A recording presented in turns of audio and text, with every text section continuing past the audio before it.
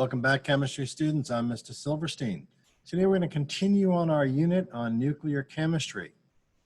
So let me share my screen with you and we'll get started. We're on part 2 of concept 1. Today we're going to talk about the types of radiation. And the big idea, of course, is that nuclear chemistry is concerned with the structure of the atomic nuclei and the changes they undergo, whereas chemical reactions involve only small energy changes, and nuclear reactions involve much larger energy changes. And our objective today is for you to be able to explain the 3 different types of radiation. And when we're done, we'll have some review questions and a recap. Remember, 7 tips for good studying. Make sure you have your spiral notebook for your notes, have some pens and highlighters. You should have a periodic table of elements handy. Always watch this particular video lesson and pause as needed to update your notes. If you go back to look at these slides, make sure you review them in the present mode, and you can use that to help refine your notes. Email me if you have any questions, and complete the assignment in the next tab. And remember, only submit work that's completed.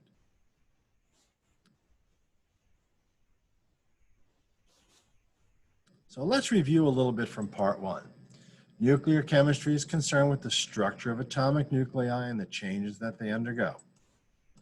Chemical reactions involve only small energy changes, and nuclear reactions involve much larger energy changes. Nuclear reactions are not affected by changes in temperature, pressure, or the presence of catalysts. And radioactivity was first observed by Marie and Pierre Curie in the 1900s using uranium atoms.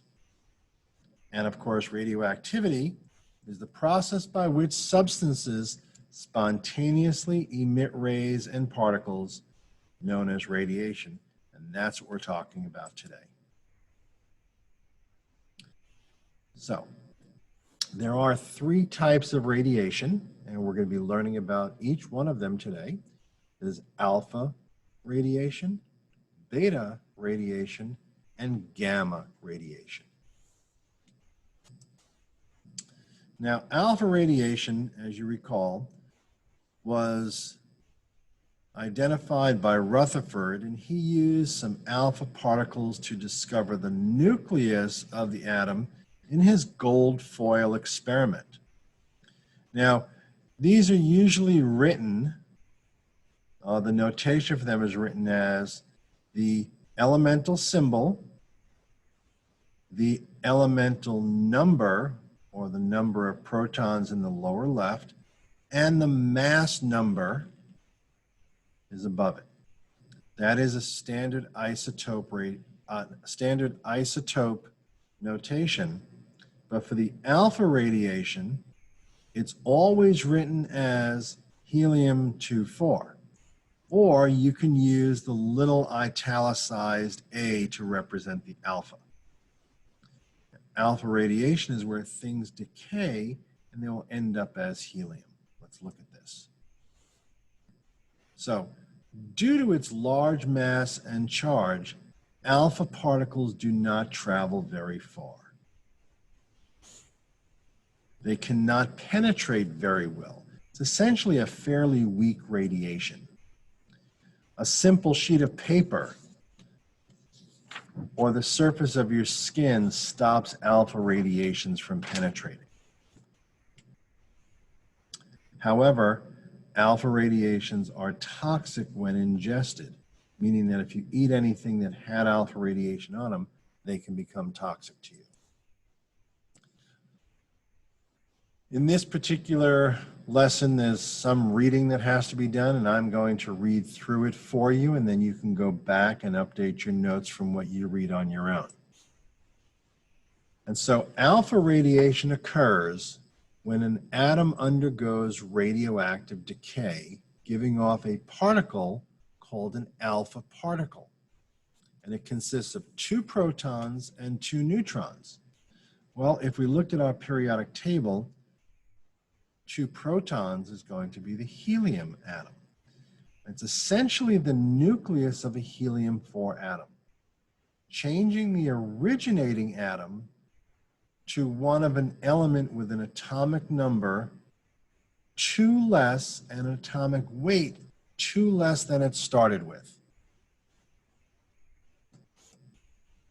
And due to their charge and mass, alpha particles interact strongly with matter and only travel a few centimeters in air. Alpha particles are unable to penetrate the outer layer of dead skin cells, but are capable, if an alpha particle substance is ingested in food or air, of causing some serious cell damage. So let's go back and look at that for a moment. An alpha particle is helium-4. And so when an atom undergoes radioactive decay, it gives off this particle. And so this alpha radiation can pretty much come from any isotope. As long as it gives off this particle, it ends up with an atomic number that is 2 less and an atomic weight 4 less than it started with. So let's look at an example of an alpha decay of uranium-238. Now, if you look at your periodic table of elements, you'll find that uranium is element number 92. That's represented by its elemental number and the number of protons. And the mass for this uranium isotope is 238. As this element decays and it gives off an alpha particle, it decays into another 2 elements. It has the helium isotope, helium-4, and it turns into thorium-234. So to look at this carefully, you have the 238, subtract 4, you end up with 234. Well, that doesn't tell you what the element is yet. But you take the 2 from the 92, and now the new element is going to be number 90, which is thorium. So the step of this is uranium-238 decays by an alpha emission into thorium-234, which itself ends up decaying by beta emissions, which we'll get into in just a moment, into protactinium-234, which decays by beta emission to uranium and so on. And so all of these elements that are radioactive start to decay down and they're releasing energy along the way. And so this various decay products, sometimes referred to as daughters, form a series starting with uranium-238. So the alpha decay releases a helium isotope as an alpha particle, and the original uranium-238 decays down into thorium. Next is beta radiation. And beta radiation results from the breaking apart of a neutron into a proton and an electron, known as a beta particle. And it's usually written as either a little e or a italicized B with a little tail on it. Now, beta radiation has much less mass than an alpha particle and can therefore penetrate more easily. As it has less mass, it can go through other substances. Now, beta radiation can pass through paper, but it can be stopped by foil or wood. And we'll look at an illustration of the different types of penetration in just a little while. Let's read some of the text on the beta radiation. Beta radiation is the emission of a beta particle from the nucleus of an atom. Beta radiation takes the form of either an electron or a positron, and a positron is a particle with the size and mass of an electron, but without a positive charge, by being emitted from an atom. And due to the smaller mass, it's able to travel further in air up to a few meters and can be stopped by a thick piece of plastic or even a stack of paper. It can penetrate skin a few centimeters, posing somewhat of an external health risk. However, the main threat is still primarily from internal emission from ingested material. So just like with the alpha particle, an alpha radiation, beta radiation, if you ingest it, is really dangerous. But because this particle is smaller than the alpha particle, it can travel further and deeper into materials.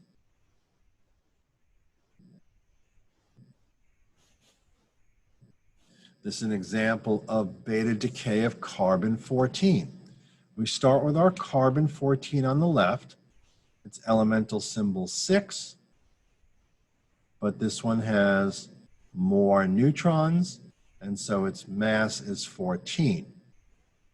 Over the radioactive decay, it loses a -1 electron, which means it really gains one, and there's no change to the neutron.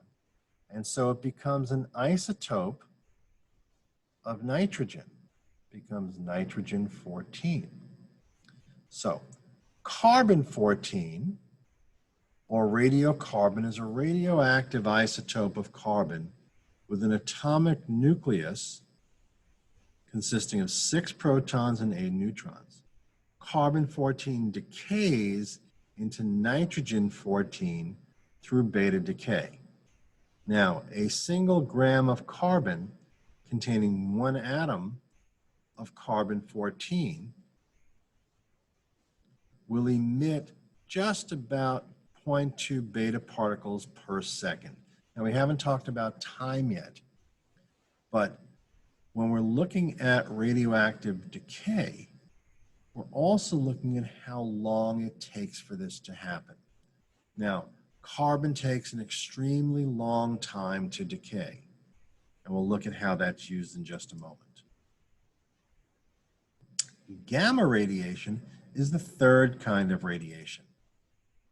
This is a high-energy photon emitted by a radioisotope, and it's usually written out as a lambda or an italicized Y.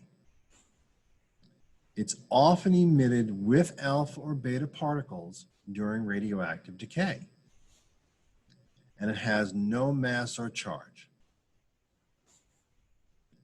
And it's extremely penetrating and can be extremely dangerous.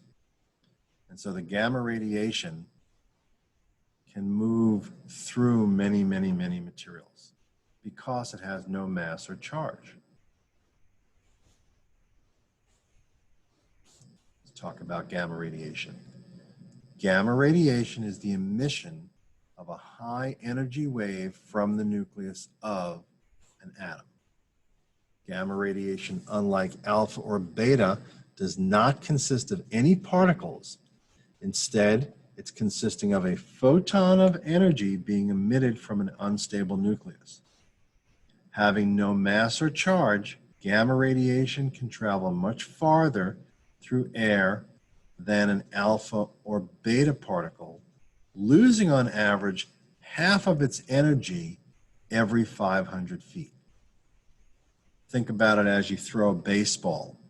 It starts out with an enormous amount of energy, and the further and further it goes, the less and less energy it has, and ultimately it falls off.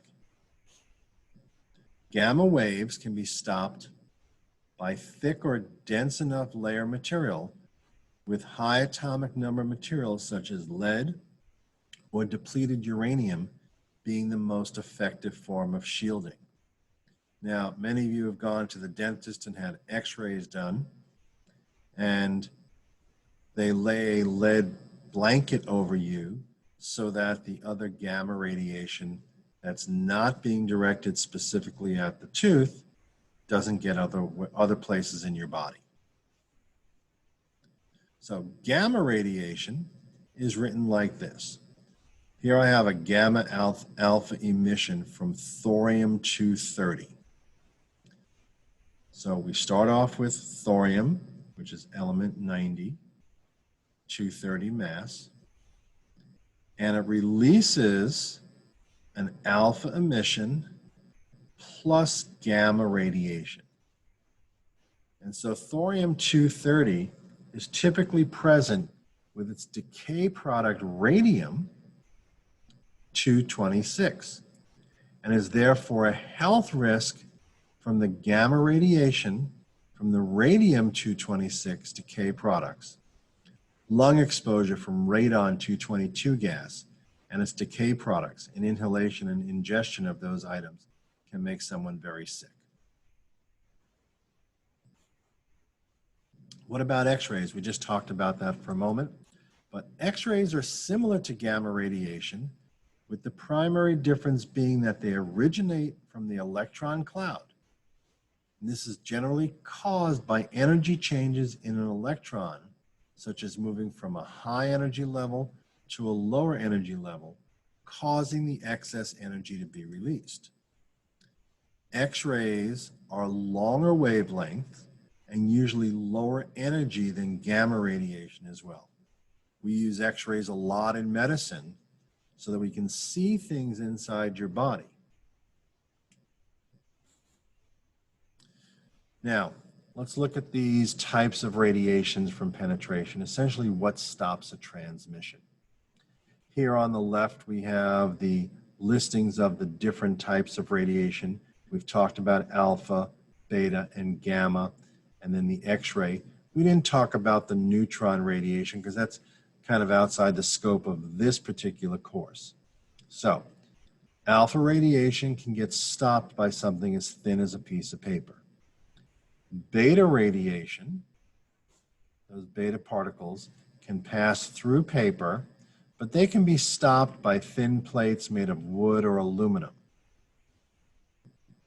X-rays will go through paper, through thin plates. It'll go through your flesh, your skin, and it can even get through some of the bone, and there it can see the decay that's in those teeth. But it's completely stopped by lead, iron, or other thick metal plates. Gamma radiation will go through the paper, through the thin plates, and it will get stopped by lead or iron or other thick metal plates. Neutron radiation, something that we're not looking at today, will go through paper, thin plates, lead, iron, thick, and will make its way all the way through into water and concrete.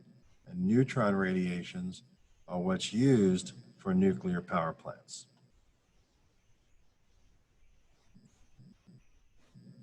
So I'm going to want you to jump out and look at this particular video on the penetrating properties of radiation. No reason for us to have to watch it together. You can watch it on your own. You can either click through on the slide here, or you can jump out to Google Classroom and open up that link in there as well. So let's review. And I know this is a lot of material, so you're gonna have to take a little bit of time and work through it. And we're not gonna get into a lot of the math on it, but it's just to give you an idea of the concepts of these radiations. So the types of radiations. Alpha radiation occurs when an atom undergoes radioactive decay, giving off a particle called an alpha particle consisting of 2 protons and 2 neutrons. Beta radiation takes the form of either an electron or a positron, which is a particle with the size and mass of an electron that's being emitted from the atom. Gamma radiation, unlike the alpha or beta, does not consist of any particles. Instead, it consists of a photon of energy being emitted from an unstable nucleus. And we talked about the X-ray, which is similar to gamma radiation, with the primary difference being that they originate from the electron cloud and they move a little bit more slowly. So what you're going to do is you're going to jump over to Quizzes and look at the different types of radiation after you look at that video. Open the assignment tab, click into Quizzes, and respond to the questions. And remember, you get to compete against your fellow classmates.